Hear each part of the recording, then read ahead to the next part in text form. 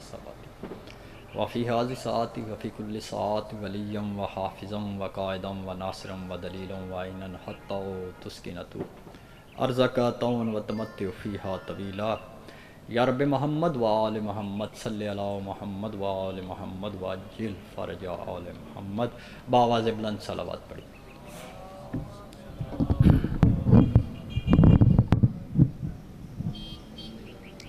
یہ تھوڑا سا بنام مولا آگے آگے آ جائیں، مہربانی آپ کی، ایک مجلس کا ماحول بن جائے، 4-5 بندے پڑھ کے چلے گئے ہیں، تھوڑا سا ممبر کے آگے آ جائیں۔ عامر بھائی ادھر آ جائیں، میری آپ سے درخواست ہے، آ جاؤ آگے، اتنے آ جاؤ یار، ادھر آ جاؤ۔ شاہ جی آپ بھی تھوڑی دیر کے لیے ادھر آ جائیں، مجلس کا ماحول بن جائے نا تو پھر اچھی بات ہے۔ بار دیگر صلوات۔ اعوذ باللہ من الشیطان الرجیم، بسم اللہ الرحمن الرحیم، الحمد للہ رب العالمین، ثم الصلاۃ والسلام علی سیدنا و شفیعنا و طبیب قلوبنا ابی القاسم محمد وآلہ الطیبین الطاہرین المعصومین، اما بعد فقد قال اللہ تبارک و تعالی فی کتابہ المجید والفرقانہ الحمید قولہ الحق وہو اصدق القائلین، بآواز بلند صلوات۔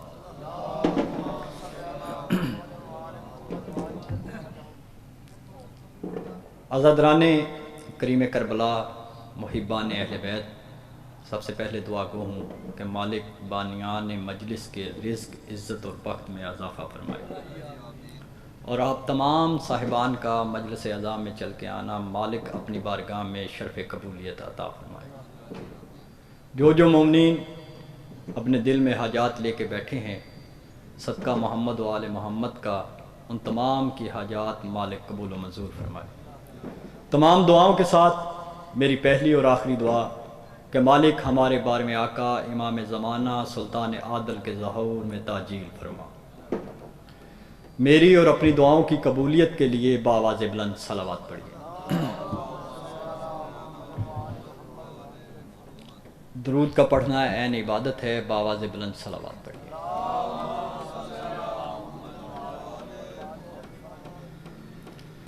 شاہ جی میں صرف حاضری کے لیے، ملک صاحب مولا کی بارگاہ میں ہر بندے کو مالک نے اس کی توفیق کے مطابق حاضری کے لیے بلایا ہے، ہر بندہ اپنا اپنا کام کر رہا ہے۔ میرا دل ہے کہ میں عظمت کربلا کے حوالے سے ایک چھوٹی سی گزارش آپ کی خدمت میں عرض کرنا چاہتا ہوں۔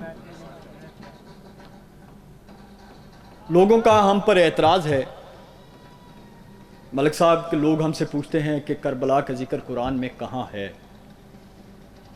ہمیں بتایا جائے۔ میری ناقص سوچ اور میرا علم یہ بتاتا ہے کہ پورا قرآن ہی کربلا ہے۔ میں نے جملہ کہہ دیا، اگر سوچنا ہو تو سوچتے رہنا۔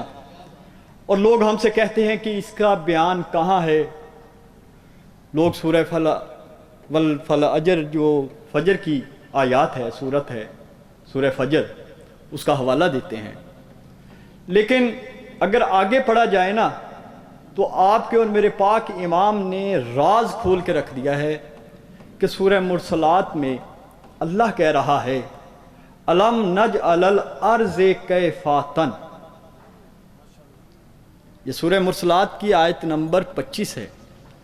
اللہ کیا کہہ رہا ہے؟ الم نجعل الارض کفاتن، کیا تم نے نہیں دیکھا کہ ہم نے زمین کو سمیٹنے والا بنایا۔ میری عادت ہے میں ایسے ہی گفتگو کرتا ہوں، مقصد یہ ہے کہ بات سمجھا دی جائے۔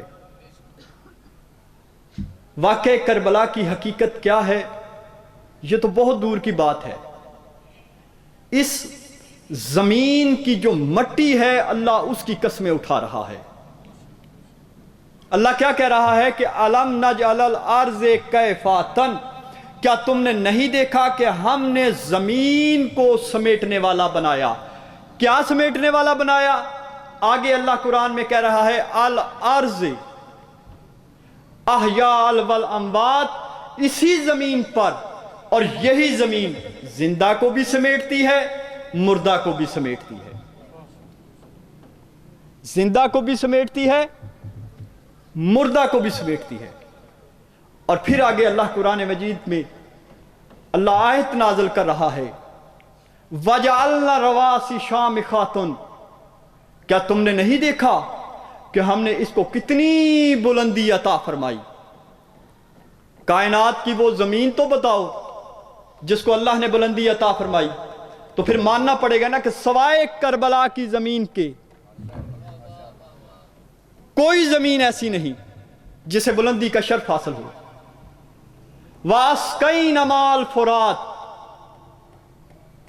کہ اے حبیب ان کو بتا دے کہ یہ زمین وہ زمین نہیں جس کا تم تذکرہ کرتے ہو۔ وَأَسْقَيْنَا مَاءَ الْفُرَاتِ، یہ وہ زمین ہے یہاں پر فرات بہتا ہے۔ اب ذرا اپنے ذہن میں لاؤ کہ فرات کہاں بہتا ہے۔ یہ کربلا کی زمین کا تذکرہ ہے کہ اللہ کیا کہہ رہا ہے کہ ہم نے ایسی زمین کو بنایا جو زندہ کو بھی سمیٹتی ہے مردہ کو بھی سمیٹتی ہے، اس کو ہم نے بلندی عطا کی۔ پھر اللہ کہہ رہا ہے کہ یہ وہ زمین ہے جہاں پر فرات بہتا ہے۔ اب ایک بندہ تیرے چھٹے امام کی بارگاہ میں بیٹھا ہوا تھا، عرض کرتا ہے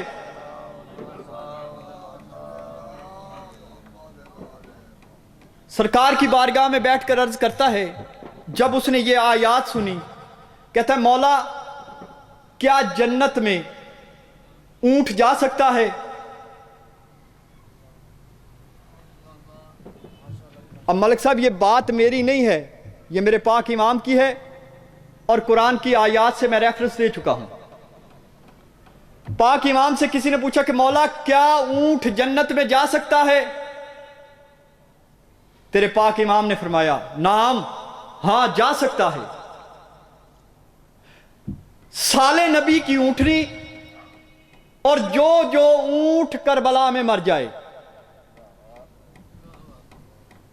قرآن مجید میں سال نبی کی اونٹنی کا تذکرہ ہے۔ ایک اونٹ وہ جسے اللہ جنت میں بھیجے گا، اور باقی اونٹ وہ جو کربلا میں مر جائے وہ جنت میں جائے گا۔ معصوم کا فرمان ہے۔ اب اس نے سوال کو بدلا، مولا کیا گدھا بھی جنت میں جائے گا؟ سرکار نے فرمایا بالکل، نعم، ہاں گدھا بھی جنت میں جائے گا۔ بالم بور کا گدھا اور جو گدھا کربلا کی زمین پہ مر جائے جنت میں جائے گا۔ آج کے دور میں ملک صاحب ہم اگر کسی کو کم عقل سمجھے نا، اس کو محاورتاً کیا کہتے ہیں؟ جاؤ گدھے، ایسے ہی ہے نا۔ لیکن کربلا کی زمین نے استعاروں کو بدل دیا، ایسے جملوں کو بھی عزت دے دی۔ جو گدھا کربلا کی زمین پہ مر جائے جنت میں جائے گا۔ اب اس نے پھر سوال کو بدلا، اس نے عرض کی مولا کیا کتا بھی جنت میں جائے گا؟ تیرے پاک امام نے فرمایا نعم، ہاں اصحاب کاف کا کتا اور جو کتا کربلا کی زمین پہ مر جائے وہ جنت میں جائے گا۔ اب پاک امام کا صحابی پریشان سوچ میں پڑ گیا کہ پہلے میں نے حلال چیز کا نام لیا، پھر میں نے مکروہ چیز کا نام لیا، حرام چیز کا نام لیا، پھر میں نے نجس العین چیز کا نام لیا۔ ملک صاحب کتا ہے نجس، ناپاک چیز جنت میں نہیں جا سکتی۔ وہ حیران ہوا۔ اب معصوم نے اس کے چہرے کی طرف دیکھا، دیکھ کے کہا پریشان کیوں ہوتا ہے؟ کربلا کی زمین میں تاثیر ہی یہ ہے کہ اگر کتا نجس العین بن کے آ جائے تو اس کی ذریت، اس کی جسمانیت کو اللہ نوریت میں بدل کر اسے جنت میں بھیج دیتا ہے۔ یہ مقام ہے۔ کربلا کی زمین کا تذکرہ قرآن مجید میں آ گیا، اصحاب کہف کی صورت میں، سال نبی کی اونٹنی کی صورت میں، بالمبور کے گدھے کی صورت میں۔ تو پھر اپنی قسمت پہ کیوں فخر نہ کریں کہ ہمارا تو کفن بھی کربلا سے آتا ہے، اور کربلا کی خاک شفا ہمارے کفن پہ لگتی ہے۔ آج کی مجلس کا مقصد یہ ہے کہ ناصرین امام بنو۔ آج کی مجلس کا مقصد یہ ہے کہ اپنے امام کی معرفت کو حاصل کرو، جن کی خاک کی یہ عظمت ہے، اللہ جانے ان میں خود کتنی عظمت ہوگی، وہ خود کس مقام کے مالک ہوں گے۔ اپنے آپ کو بدلنے کی کوشش کرو، اپنے آپ کو امام کی معرفت حاصل کرنے کے لیے تیار کرو، ناصرین امام میں شامل ہونے کے لیے تیار ہو جاؤ۔ مجلس کا مقصد یہ ہے، یہی خاک شفا اگر کفن پر لگ جائے تو اللہ کہتا ہے کہ اسے جنت میں بھیج دو۔ ملک صاحب، میں نے پہلے بات کرنی تھی وہاں پہ، لیکن وہاں پہ بات ختم ہو گئی تھی، آدھی میں نے بات کی تھی، میں اسی بات کو دوبارہ دہرا کر آگے جانا چاہتا ہوں۔ آج بھی مولا علی کے روزے پر ایک قبیلے میں یہ روایت ہے کہ اگر کوئی ان کے ہاں بندہ مر جائے تو وہ اپنے مردے کو غسل کفن دینے کے بعد پاک امام کے حرم میں لے کر آتے ہیں۔ اگر حرم کا دروازہ کھل جائے تو وہ قبیلہ، وہ لوگ سمجھتے ہیں کہ یہ بندہ مولا کے منظور نظر ہے۔ اگر نہیں کھلتا تو وہ اسے یہودیوں کے قبرستان میں دفن کر دیتے ہیں۔ ایک بندہ وہاں پہ مر گیا، مرنے کے بعد اس کا غسل کفن دفن ہوا، اس کا جنازہ لے کر سرکار کے روزے میں آئے، حرم کا دروازہ بند کر دیا گیا، اندر سے خادم آیا، خادم نے کہا کہ اسے لے جاؤ۔ اب آیا بھی بہت دور سے تھا، بہت پریشان کہ ہم تو اسے غسل دے کے، کفن دے کے، تیار شیار کر کے پاک امام کے حرم میں لے کے آئے ہیں کہ مالک مولا ہمارے آقا اس پہ نظر کر دے، ہم جا کے اسے دفنا دیں۔ اس کا مطلب یہ ہے کہ اس سے مولا ناراض ہیں۔ اب دروازہ بند ہو گیا، حرم کے باہر جنازہ پڑا۔ اب لوگ سوچ رہے ہیں کہ ہم اسے کیسے لے کے جائیں، ہماری تو عزت نہیں رہے گی۔ ایک بزرگ آدمی، باریش آدمی، اس نے کہا رک جاؤ، آخر اس نے کوئی تو ایسی بات یا ایسا گناہ کیا ہے جس پر امام ناراض ہیں، آخر اس نے کوئی تو ایسی بات کی ہے جس کی وجہ سے امام نے اسے اپنے حرم میں آنے نہیں دیا۔ تھوڑی دیر کے بعد آندھی آتی ہے، آندھی کی مٹی جو ہے وہ اس مردے کے کفن پر پڑتی ہے، آندھی چلی جاتی ہے، ختم ہو جاتی ہے، حرم کا دروازہ کھلتا ہے۔ وہی خادم جو کہہ رہا تھا کہ اسے اندر نہ لے کے آنا، اب وہی کہہ رہا ہے کہ اسے اندر لے آؤ۔ ہمارے بزرگ ہیں نا، وہ بڑا تجزیہ کرتے ہیں ہر بات کا، ہر علاقے میں ہر بزرگ کا ایک اپنا مقام ہوتا ہے۔ وہاں پہ ایک بزرگ تھے، انہوں نے حرم کے خادم سے کہا کہ پہلے تو نے کہا کہ اسے لے جاؤ، تھوڑی دیر تک یہ جنازہ یہاں پڑا رہا، آندھی آئی ہے، آندھی آنے کے بعد آندھی چلی گئی، طوفان ختم ہو گیا، پھر تو نے کہا کہ اسے لے آؤ، اس کی وجہ کیا ہے؟ پہلے منع کر دیا، اب بلا لیا، وجہ کیا ہے؟ بڑا لطیف پہلو ہے۔ حرم کا خادم کہتا ہے کیا تم نے دیکھا نہیں جو آندھی آئی تھی اس کا رخ کربلا سے تھا.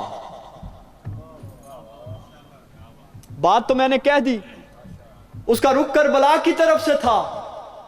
اس آندھی میں خاک شفا کے ذرے تھے، وہ ذرے پڑے ہیں اس کے کفن پر. اور حرم کا مالک کہہ رہا ہے کہ میرے بیٹے کے روزے کی مٹی اس کے کفن پہ آ گئی، میں حیا کرتا ہوں، اسے لے آؤ. وما علینا الا البلاغ المبین. میں اپنے مومنین کرام سے التماس کرتا ہوں